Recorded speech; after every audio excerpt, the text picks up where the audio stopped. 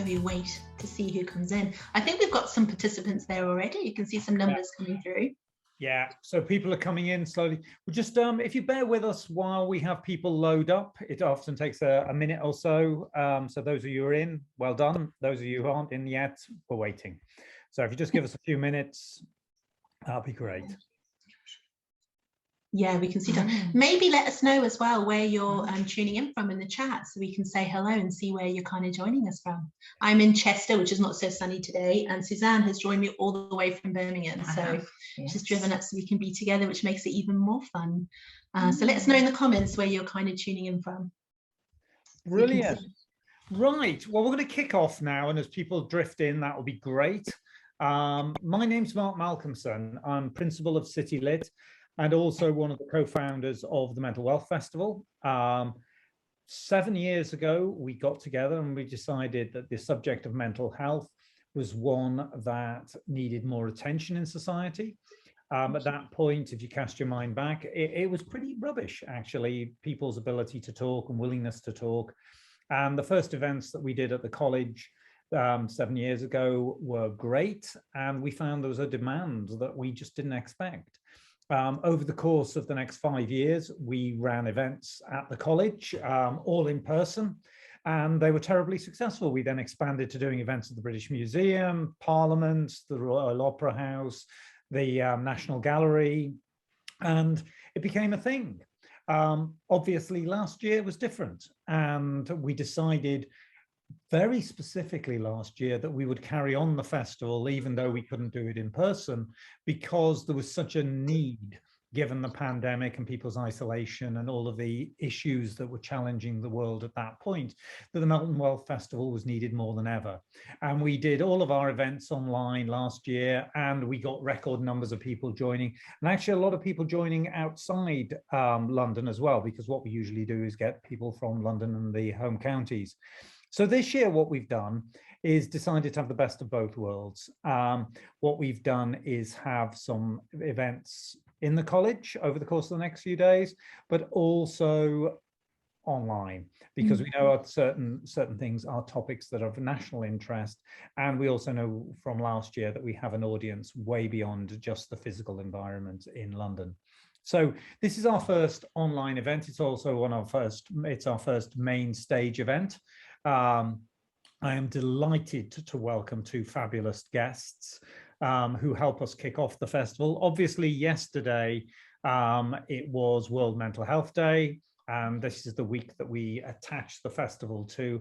And there was actually, I must admit, compared with, say, 7 years ago, the amount of activity on Twitter, Facebook, all the major platforms was great and very supportive around all aspects of mental health. And for us, that's what we try and do at the festival. We look at specific issues, and over the course of the week, we'll touch many, many topics. I have to say, being a parent, this is one that is close to my heart, and I think close to every parent's heart. You do well at certain points and you think things are going great, and then suddenly you get hit by things and you're never expecting them. And, you know, but the grace of God is often the things we tend to think about, especially when you're talking at the schoolyard or talking to other parents. You just find out what's going on and what could go wrong and what doesn't go right. So for us, parenting and mental health is hugely important, and the partnership that has to take place between parents and their child, and that phrase child can mean at any age. I don't think you ever stop being a parent, and your parental responsibilities, whether obviously you're shirked off, because I've got a 20-year-old who's obviously very independent, but you never quite move on from that. So we have two brilliant guests. Suzanne Alderson is the author of Never Let Go, and that's the topic of this conversation.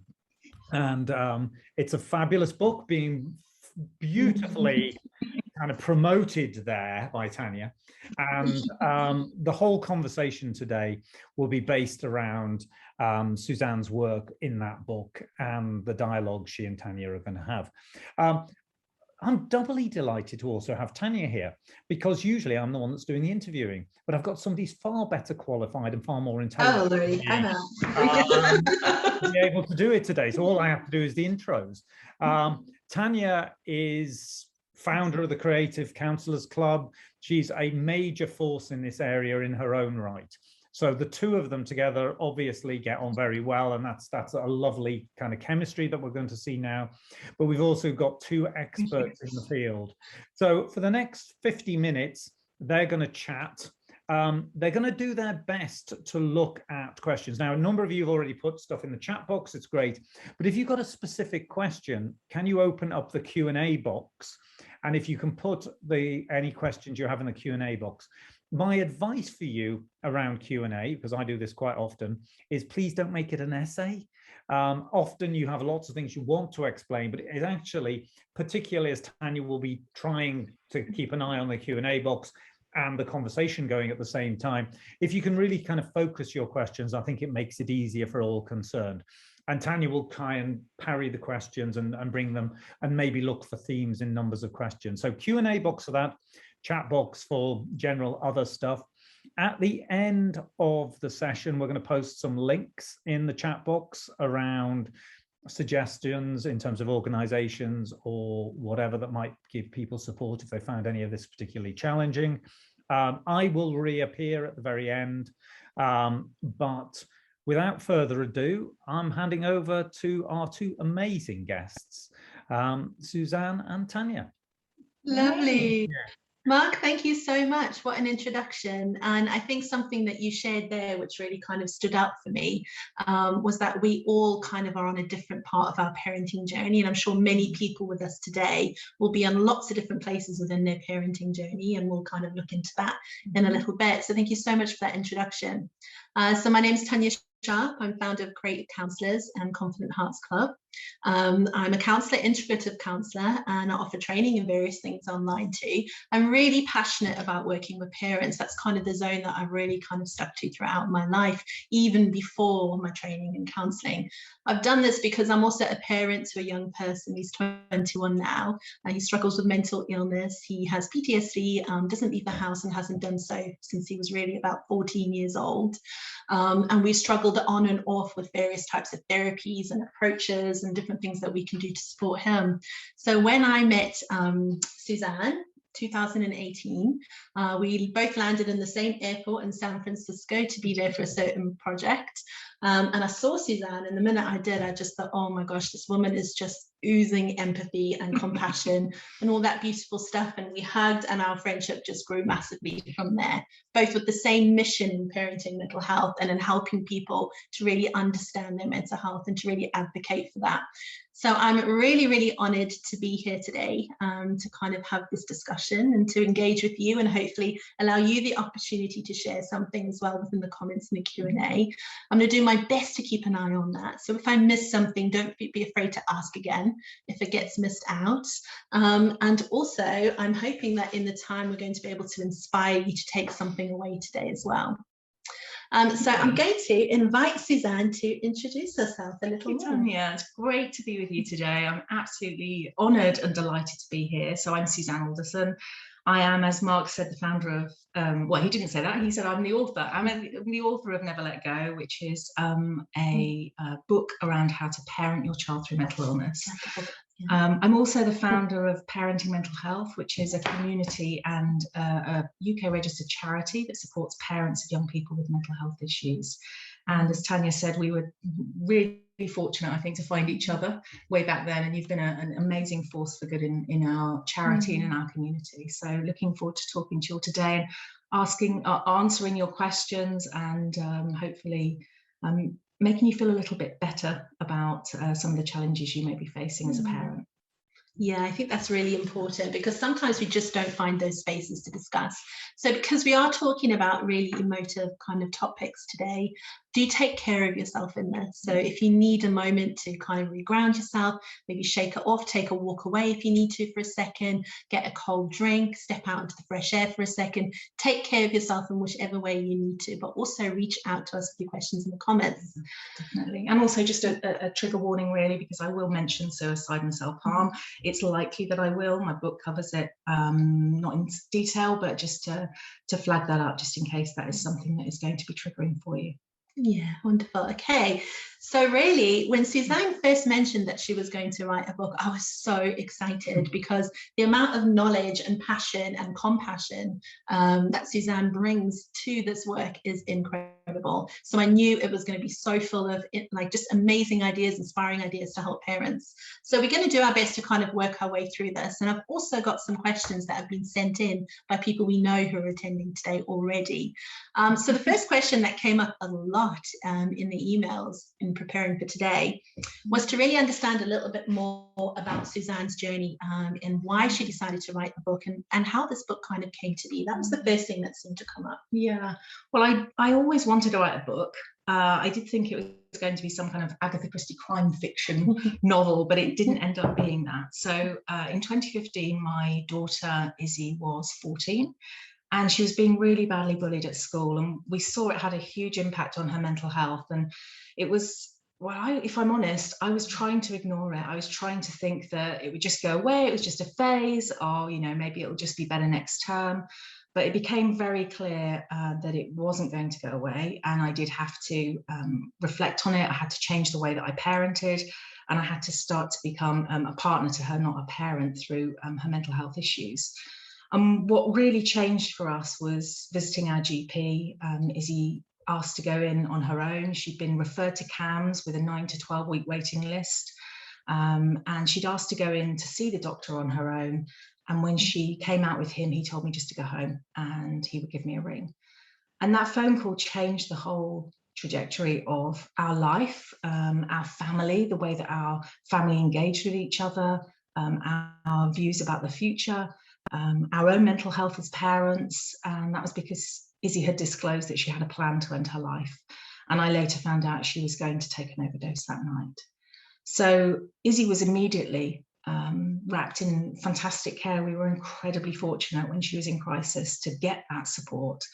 But for us as parents, we felt that we were set adrift, and nobody really talks about this. Nobody talks about the bad things. You might talk about the grades that your child has, or how fantastic they're on this team, but you don't really kind of phone your friends up and say, well, actually, my daughter's just disclosed that she's going to end her life, or my daughter's depressed and at 14 is on antidepressants. They're not the kinds of things that we talk about. And I felt so alone. I felt ill-equipped to deal with it. I didn't have the kind of skills. I got huge amounts of compassion for her, but really I didn't understand how to help her. And so I started to look for support, and I couldn't find it. And one night, sitting in her room, I was sitting on the floor, just watching her breathe, willing her to want to live. I just thought, I can't be the only parent going through this. It felt like I was sitting there with a newborn, that most lonely time of the night, 3 a.m., 4 a.m., when you feel like you're the only person that's awake in the world. But it struck me that I couldn't be the only parent going through this. I couldn't be the only one who was facing this. And so I decided that if we got Izzy through out of crisis, that I would make it my mission to ensure that no other parent felt like I did, which was highly isolated, not only from my friends, my family, from society as well. I had a child who wasn't in school for 2 years. I was isolated from my husband because we were so consumed with the emotion of what we were going through. I was isolated from myself as well, because everything I thought I knew about myself as a parent was challenged by what we were going through. And I also didn't want people to feel judged. And I felt so judged. I judged myself, I blamed myself. But I also felt that there was a judgment around Izzy and her mental illness, which incensed me, absolutely incensed me. But I think also there's this misunderstanding. We don't talk about mental illness as much. We do talk about mental health, and amazing festivals like this really go a long way to helping us start to have conversations. but we don't talk about mental illness in the same way. And I think we're fearful of it as a society. And what that did for me and so many, we help tens of thousands of parents now with parenting mental health, is to really kind of break open that shame that we feel. I mean, I know, Tanja, you felt that. We've talked about the shame issue, haven't we, throughout the time that we've been together, you know, in the last 3 years. Shame for parents when their child is ill is, you know, it's just so palpable, so real, and it invades every part of our lives. It doesn't just invade the part of us as a parent, as a mother, as a father. It invades us as a wife, a husband, a partner, a friend, a daughter, a sister, a brother, an employee, a boss. It takes over our whole world. And so to go back to your first question, the reason I wrote this book was because I felt like nobody else had ever been through this. I felt like I must be the only person, and I know now, and I knew then that I wasn't. And so I decided that if we made it through, not only would I make it my mission, but I'd try and help parents, try and skill them up, try and show them what was going to happen so that it wasn't as painful. But also I wanted a guidebook. At the time, I'm a voracious reader. My house is full of books. Yeah, I couldn't find the right book for me. I couldn't find a book that wasn't clinical, and I couldn't find a book that wasn't somebody's biography or autobiography. I wanted something that would be really practical, but would be a companion. I wanted the book to give people a hug, hold their hands in that middle of the night when they felt alone, make them feel that actually, you know, this wasn't their fault. There was no shame in what they were going through, but also that there was huge hope.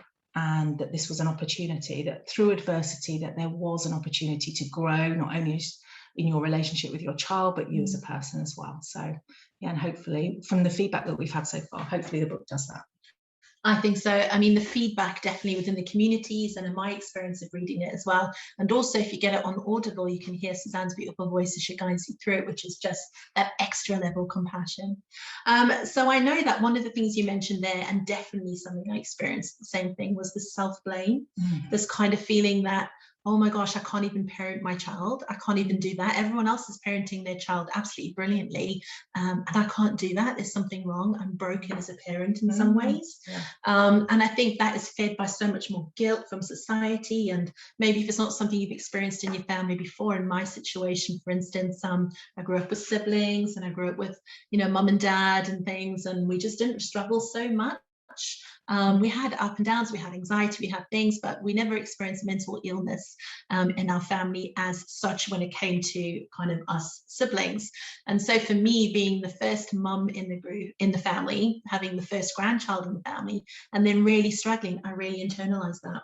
That was me. There was something wrong with me because I couldn't parent. I was sent on parenting courses, I was sent to camps, I was sent to all these different places that made it about me instead of it being about actually how I can support my child. It was about how I can be a better parent.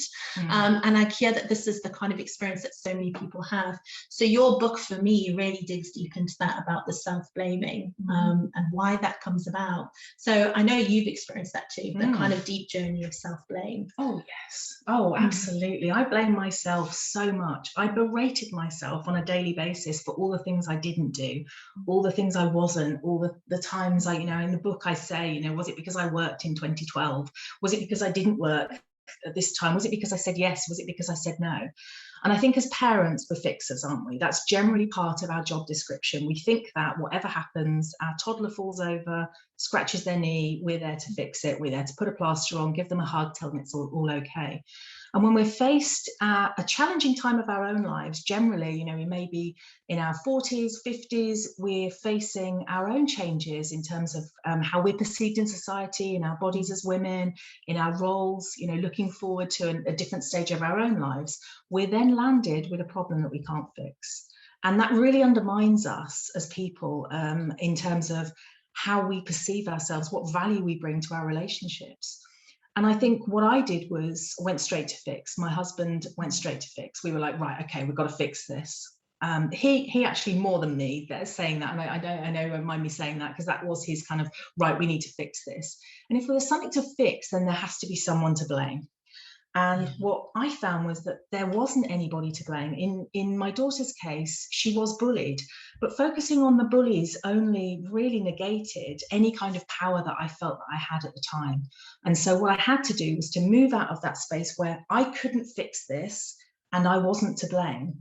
There were so many inputs into our young people and children. And so that might be everything from your parenting. It might be the way somebody looks at them on the bus. It might be the social media or the media that they listen to. It might be somebody in your family and the way they talk to them. It might just be their own perceptions and how they form them.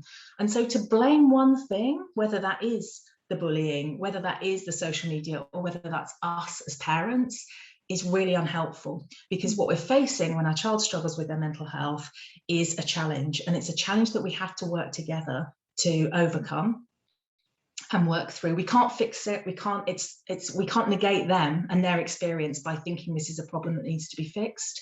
But equally, we can't hold the blame ourselves, because all that does is actually, I think sometimes I used to think it was taking the blame away from my daughter if she felt bad, and it's not. Actually, it was almost overlaying it on her, because she felt then if I was holding this blame about what was going on, then in some way that she'd done something wrong and she disappointed me. And I don't think blame at all is helpful. It's a bit like shame. I mean, it's just one of those things that I'm not sure any good comes out of it unless you can reflect upon that and move forward and move through it, which is what hopefully, well, definitely we did, and hopefully the book can help people to do too. Oh, it absolutely does. There's lots of good stuff in there around that. So I guess the point that we're sitting at there on your journey then is kind of being in what feels like, as you describe it, like the eye of the tornado. In some ways, like you've gone through a journey, you're in the middle, you're kind of sitting there, you're making a bit of sense, maybe a little bit starting to make a bit of sense as to what you might need to do, maybe looking for help being a next kind of point. So now you're in there and you kind of going to step back into the tornado in some ways as you begin the journey and looking for support. And I know that from your book and reading it, there was a big journey in looking for support. What was that like when you actually started to reach out for support? What was that like for you? Well, as I say, we were very fortunate to have Cam's care when he was in crisis. But a lot of the tone and the language was around the parent being part of the problem. And the work that we do at Parenting Mental Health, everything that I believe, all of our experiences, and I know you as well, Tanya, believe this, is that we as parents have massive power, and we shouldn't be blamed or shamed for where we're at. We should be part of the solution. And for me, I felt incredibly isolated to not find the kind of understanding. And I think there's a huge amount of judgment around having a young person with a mental health issue. And the language around that is very divisive and really challenging. I did reach out to some organisations for support. I spilled my guts in an email and phoned helplines and didn't get anything back. And I think that's mainly because there was just such a huge need. But at the time, all that did was it negated my emotions around what was going on even further, invalidated how I was feeling, made me feel even more isolated. And actually, fortunately, I suppose, because this is why we're sitting here now, lit a fire within me, which made me want to ensure that no other parent felt like I did. And I hope through Parenting Mental Health and our Facebook community and the events and training that we do, that we can kind of do that. And you know, the thing you mentioned there, community. Now that's something that Suzanne has just literally nurtured, grown, developed over the years. And I know that the community has had such an impact on parents. And when you have an impact on the parents, we always say this, you have this great ripple effect on helping and supporting young people. So maybe talking a little bit about the community and what that journey's been like and how that's been supporting parents, because that's quite a key element in your book too. It is. I mean, the community is actually mentioned a lot in the book, because for me it was not good enough just to give somebody a book and say, here you go, here's my experience, here's what worked for us, here are some of the ways that you can change your approach to parenting so you can support your child. But here are a whole load of other people who are going through it. And we've got people all around the world now that are part of our community and who connect over that shared experience. It might not be an experience that you want to be having, but if you have had it, then you've got valuable knowledge, insight and compassion for other people that are going through it. And I think the one thing I love, or there's many things I love about our community, is the fact that if you post day or night with a question around your experiences, what you're feeling, what would you do if this has happened, can you offer me support? Whether it's support, advice, or somebody else's experiences, you will get that interaction straight away. And if you think about our overstretched mental health services, this is a different thing. This is a community-based support, peer support. But what it does is it gives people what they need at the point of need. And I think sitting in Izzy's room at 4 a.m. in 2015, I couldn't imagine waiting 6 weeks to see somebody to talk about something, because the very small things that happen are where the big changes happen. So the small things that happen on a daily basis that we can start to reflect upon, we can change our behavior around, are the things that enable us to create a safe space for our children, create emotional stability and safety, so that they can feel that they can trust us, they can share what's going on, because it's an incredibly challenging, really frightening experience for them as much as it is for us. And so I really value the community space to be able to give that support at the point of need, rather than, you know, sort of maybe, you know, in 6 weeks' time. You know, it's not, it doesn't replace something like that, but I think it really adds to parents' experiences. Definitely. And I mean, I've been in that community from the beginning too, and I just take so much from it, as I know many of you members do. You give so much to it. It's a give and take. It's a give and take. Everyone does. I think everyone shows up with that compassion and ready to be there and ready to support and help just as much as receive it. I think that's the beauty of the community as well. So something I just wrote down there to remember, the saying, it takes a village to raise a child. I actually think that could be beautifully adapted to Suzanne's work, that it can take a village as well to support a parent in crisis, because it is such a lonely journey. I know personal experience, you know, as our journey became more tricky and more challenging, the friendship group fell away. The friendship fell away. I stopped going out with family members. I withdrew massively. I had to leave my job at one point to support my son. I was a single mom. I had to come out of my marriage because that didn't work. So everything around you falls away. Everything disappears at times. And you can just feel like that island in the middle of the sea. You know, nobody's checking in, nobody's kind of there to support you in some way. So having that community, if I'd had access to that at the time as well, would have been life-changing. So if you're watching this and kind of thinking about it, find Parenting Mental Health on Facebook, get in there, say hi, introduce yourself, because you will just be met with a wave of compassion if you find your way into that. And Tanja and I will be met by Tanja. You'll be met by us too, yeah, absolutely.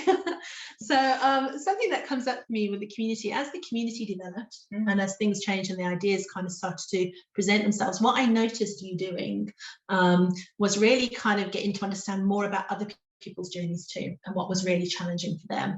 And what Suzanne's great at, and what you'll pick up from the book too, is that she can see a challenge and then she can sort of kind of vision the solutions and start to create packages that are so in tune with people's needs, that for me, whenever she brings something out or brings something forward in that way, I'm always just wowed at the insight that she has. So one of those programs that she launched, it's a pleasure, thank you, it's true. One of the programs that she launched was her Partnering, Not Parenting program. And this is written about in the book, but I also know, I think she's going to be writing a little bit more about this in the future. But this has been such a powerful program, and I think some of the people who are with us today might have even been on that program. So if you have, let us know, say hi.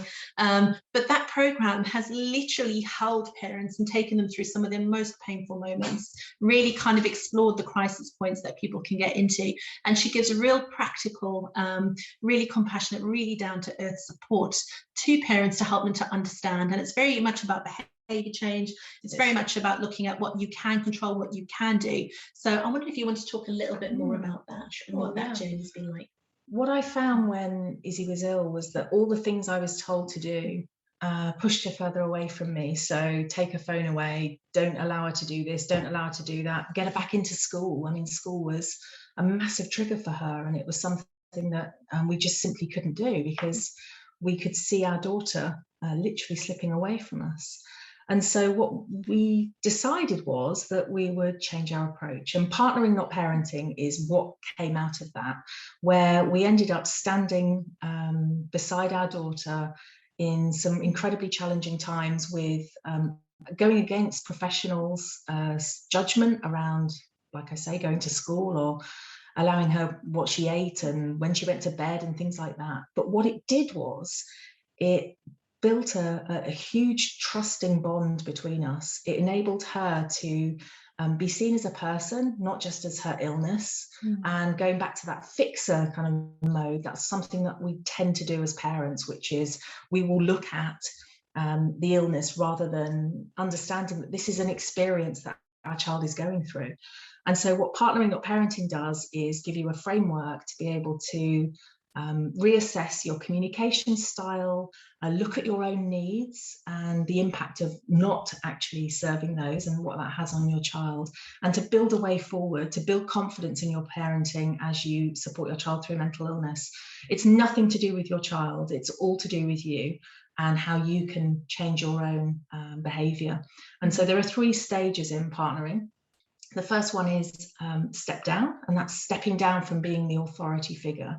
So that may be stepping down from discipline, it may be stepping down from thinking that you know what your child is going through, what their experience is, but it's also stepping down from your emotion. I remember crying pretty much full time for about 3 weeks, like pretty much full time. Anything would bring me to tears, but actually understanding that what that was doing was putting an obligation on Izzy. Was the start of me thinking, actually, I need to start to manage this in a different way. This isn't a problem I can fix, so therefore I need to reassess it and look for different solutions.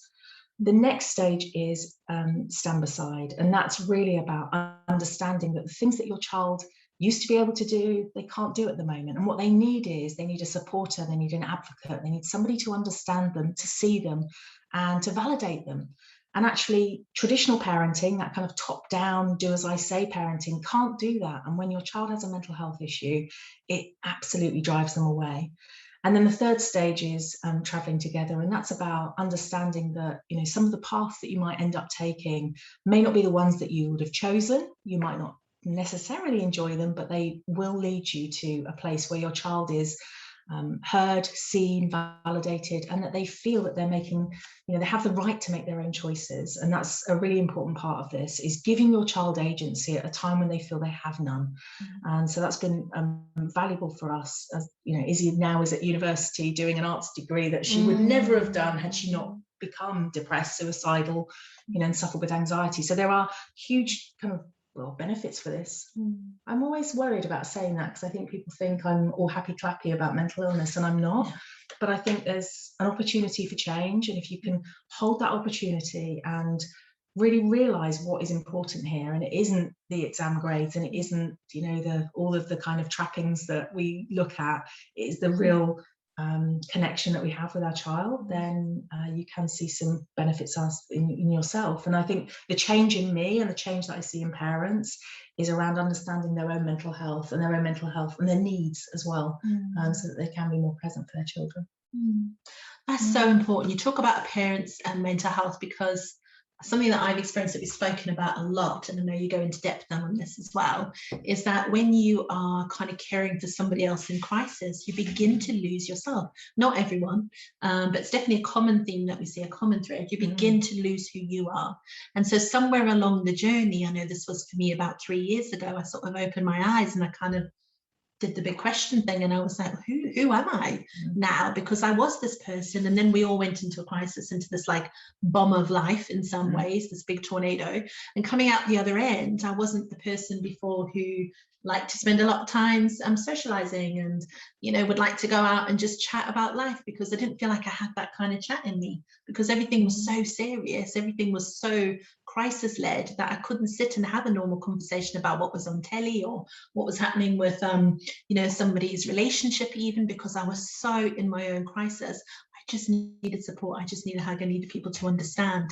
And so I think our mental health just becomes just a huge part of this crisis as well, and then we get stuck in that cycle just as much. So I know you talk quite a bit about parenting and the mental health for parents in your book, and obviously you're parenting mental health. So when we think about change, and we think about the partnering program, and we think about what you write and what you believe, how do you think we can best support ourselves around really understanding our own mental health? What happens there? How do we go there? Big old question there. It is. Big old question there. Chuck it in there. Okay, chuck it in there. How long have we got? I think the first part around this is to consider how you view your parenting or being a parent.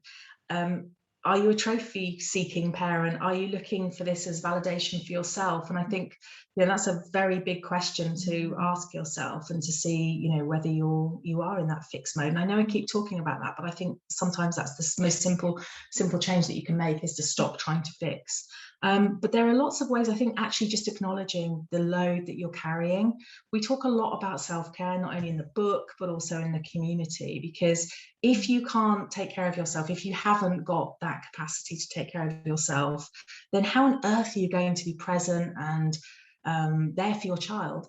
And a lot of the parts of partnering, being consistent, being patient, building trust, and being open with your communication, you can't do that if you're on your knees, if you're exhausted, if you're struggling with your own you know, worries. You can do it, but you can't do it very well. And I think also what we look to do is to try and show our children how to take care of themselves. So we are the blueprint for our children, and we model the kind of behavior. So if we're negating our own needs, if we're overlooking our own mental health and saying, it doesn't matter, I'll just carry on, then what are we sharing with our children? What are we telling them about their mental health? So self-care is a really important thing. And I think people always think it's avocados and bubble baths, but it's really not. I don't like avocado bubble baths, but I do like avocados and bubble baths, just not together, just for the record. But I think it's important that we look and see, what are our boundaries? Who have we got in our lives? Who are the people that lift us up?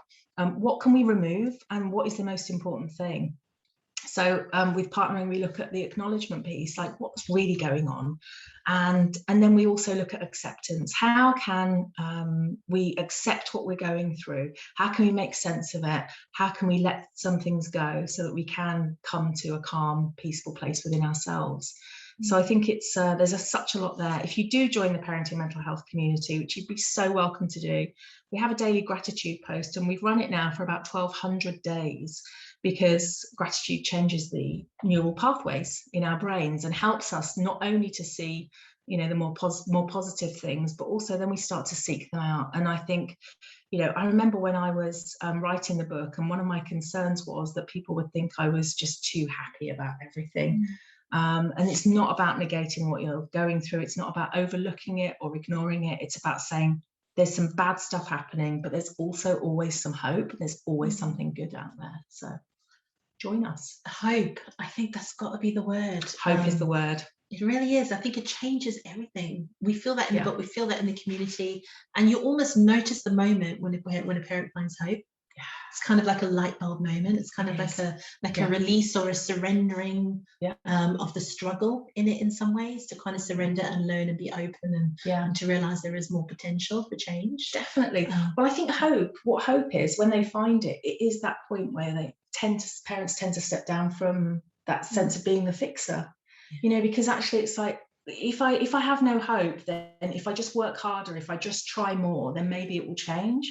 But I think when hope comes, you recognize that you can't fix this overnight, or you can't fix it at all, but things won't change overnight. This is quite a long journey. And it's beautiful to see when hope comes in. And I think that's why the community is so important, is to get those stories of hope. And Izzy's done a lot of videos with me over the years in the community to try and share our experiences, to show that there is hope. And I think if you do read the book, I hope it is hopeful, because that's one of the things that I did want for parents to feel, was that this is not final. Not only is your child's mental health not final today, but it also doesn't determine who they are as a person, you know, tomorrow, for the rest of their lives. And there's a possibility of change, and that this is an opportunity if you choose to see it in that way.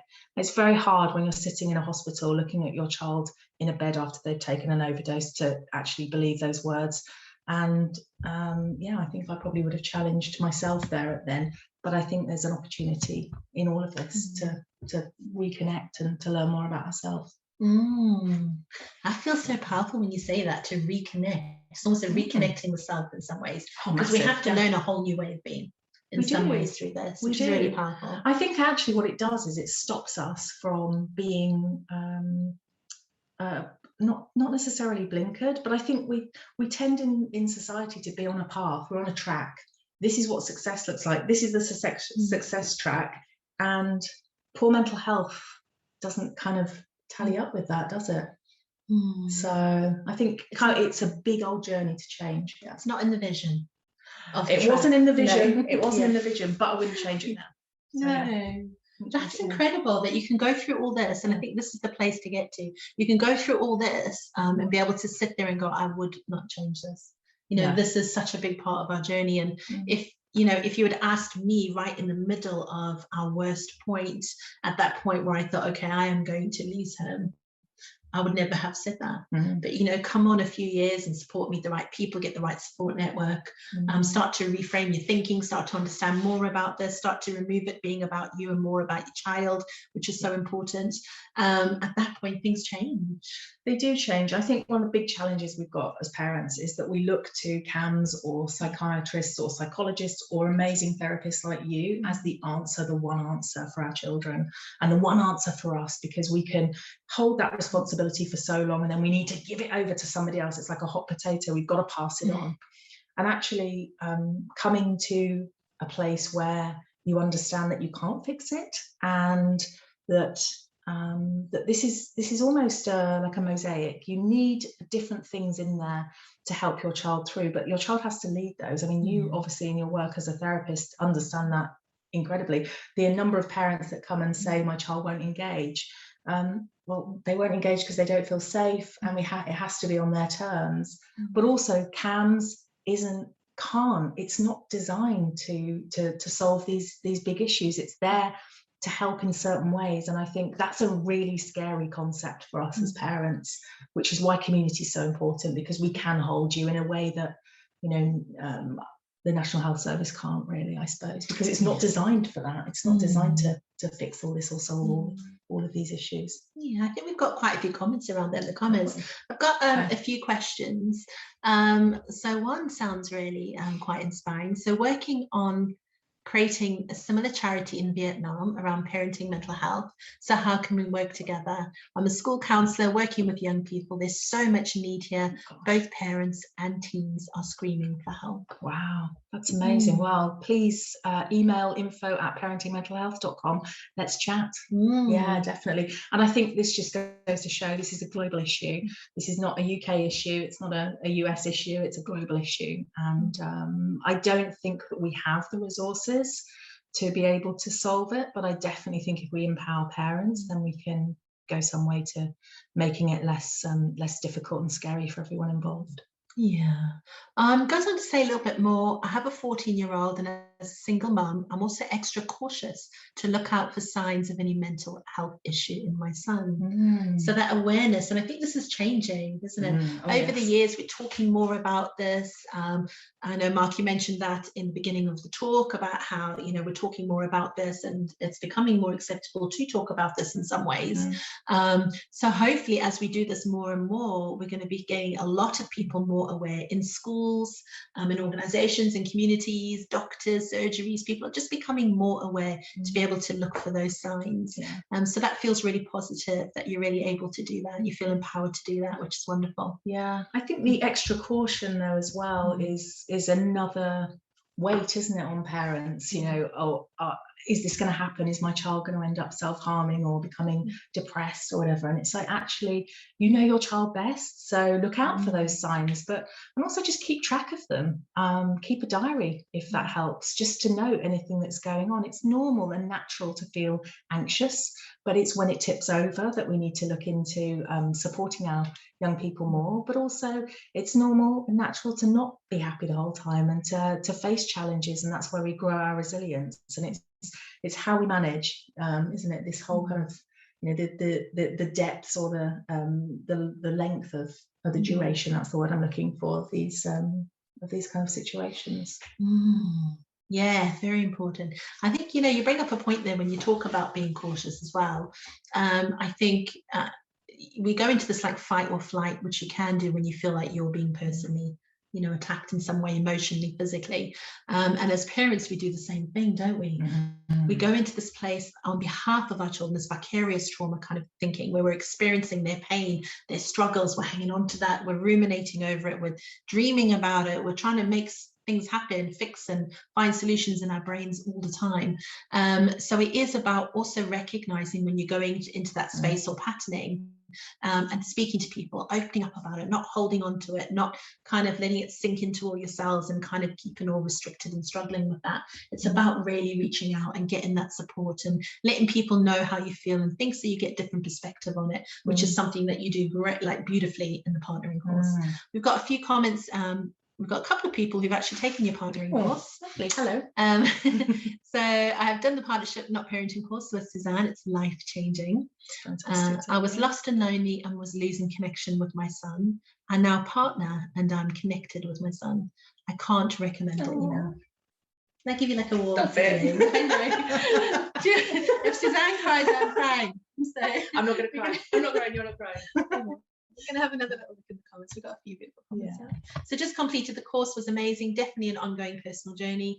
Highly recommend. Fantastic resources that you get to keep and join subsequent courses too. A great way to form connections and an extra safe space to share and gain support. It goes so much deeper than the book, so a great addition to what you learn from the book. That's something really important, because a lot of the work you do, Suzanne, kind of has this crossover, this real beautiful crossover between like your book, the community, the one-to-one support that you offer. I know that you offer lots of extra stuff that goes on behind the scenes that not many people know about. So before I look at the questions, we've got a couple of questions there. I just wanted to kind of finalize by asking what's next for you as an author, because we love your book. So I'm hoping we're going to get something different, and you as well.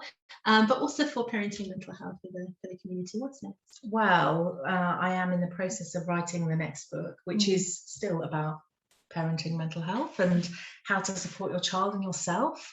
But also for the community, we want to continue. As I say, we're a registered charity, so we fundraise so that we can support parents with listening circles, which we're very grateful to Tanja for supporting us in developing, in-person meetup groups. We've got a lot of courses that we run. So it's really about just making sure that parents don't feel alone, that we can support them, that we can upskill them, and that we can connect them and empower them, so that anytime, I think, when you were saying earlier about being, I get this sense that we all are consumed by this. When our child has poor mental health, we can become consumed, and what we try and do is to take the heat out of this for you, to make you feel a little safer, a little more aware, to give you some of the skills, give you some of the hacks that maybe will get you some of the support you need, but also to normalize something that's going on in your life and so many parents' lives. So that it doesn't feel quite as scary, and that you can kind of continue to work or have positive, good mental health yourself. So that's really important for us. We've got a mission to support 1 million parents by 2026. So we're a global community and a global charity. So let's hope we can. I'm sorry that there are so many parents in need, but I think it's so important. We do have such power, and we can make huge change. So we've got quite a powerful question, I think. So hi, I struggle to advocate for my son around my extended family. As a sole parent, they are my main support, and they really don't understand the issues over mental health, self-harm and suicidal thoughts.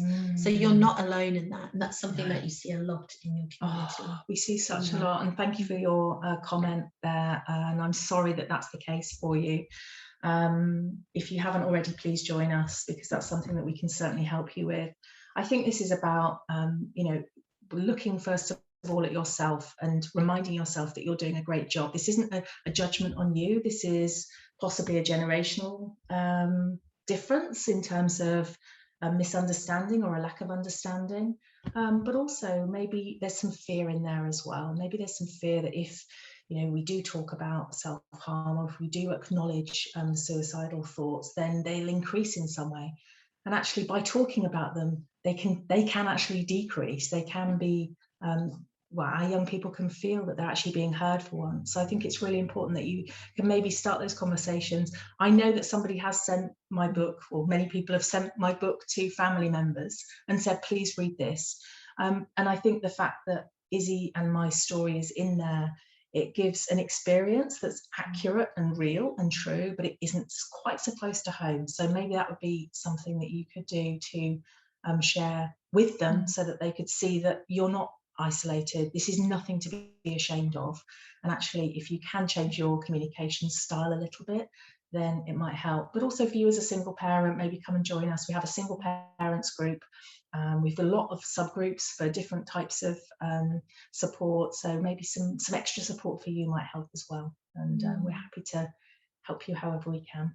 Yeah, and you're definitely not alone in the community. Ask for help, speak out. They share lots of interesting things. There are some organizations do, for instance, awareness sessions and things like that for family, extended family, if they're willing to engage and to kind of look at that and go for that. So I'm sure there'll be lots of support that you can receive in the community for that. So another question, my son is 18 and has been struggling with mental health issues for a few years. He now seems defeated and depressed and struggles to see a future for himself. He was referred to CAMS 2 years ago, who said his mental health needs weren't serious enough for them to offer support. He recently spoke to the GP, who has asked him to self-refer to a local counselling service. He's already seeing a counsellor who is great, but doesn't have training in mental illness. How do I get him the support that he needs? Wow. Can I ask you as a counsellor, Yeah. how are you a counsellor who doesn't have training in mental illness? Is that possible? Is that something that's... Yeah, so I'm really, I'd love to be able to support you for starters. You can send me an email to Tanja Sharpe, it's Tanja with a J, at creativecounsellors.org. We do have a database of counsellors that we launched last week. So we have about 500, 600 members that are currently editing and putting their details on there. Our database is checked. We check insurance, qualifications, all those kinds of things. And all of our counsellors are really committed to having a more creative approach. So it might be even that your son is looking for a different kind of approach, an approach that works more around engaging him with his own specific needs and his interests. Because if you're working from a more creative approach, you can look at things that really help to engage anybody who's coming into counselling, their interests. We work with photography if someone's working with photography. We work with art if somebody's interested in art and gaming. Somebody wants to bring gaming into the session, we can work in a therapeutic way with gaming. So it might be that there's just another kind of approach that could be needed. But when you talk also about training and mental illness, counsellors do have a really thorough in-depth training if they've been through proper in-person training. And unfortunately, the UK counselling at present is not legally protected title. There's a lot of agencies working on this. So don't be afraid to ask the counsellor. Ask them for their qualification. Ask who they're a professional membership of, because counsellors need to be registered with a professional membership body. So ask those questions so that you know that you've got somebody with that experience. And also interview them in a way that you would if you were paying someone, because you might be if you're getting private sessions. Don't be afraid to interview. What is your experience around working with 18-year-olds who struggle with mental illness? How would you deal with or cope with if my son was to present in this way or that way? Because you really want to have this combined wraparound approach. It seems like you're involved in this process too. So there might be a bit of a beautiful support triangle there between the counsellor, your son and yourself. So don't be afraid to ask those questions. But absolutely, lots of counsellors will go on to specialise in different areas. Especially you might get counsellors that work with 18-year-olds specifically around a certain type of something that he's presenting with, like OCD, fear of going out, anxiety, depression, whatever that is. Don't be afraid to ask.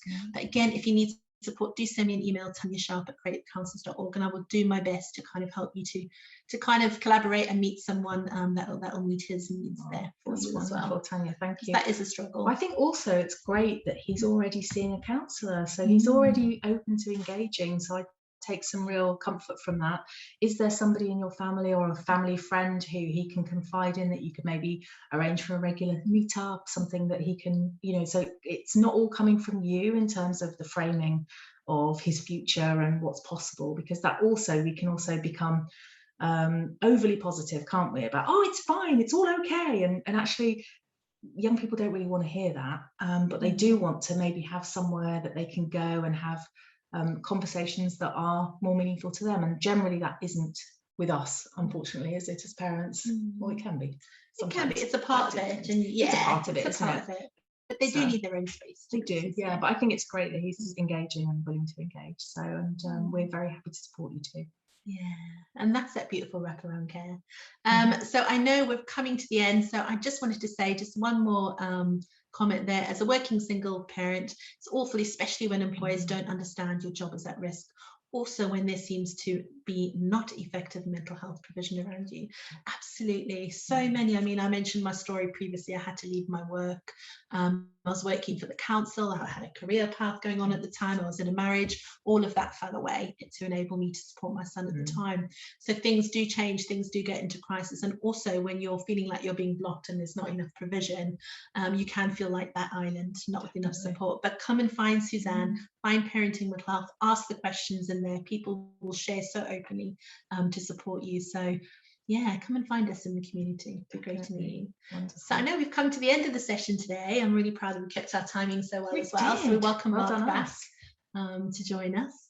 Tanja, Suzanne, you should have your own television show. You are two of the most inspiring, and given the nature of the subject, I mean, I've just been watching you for the last hour.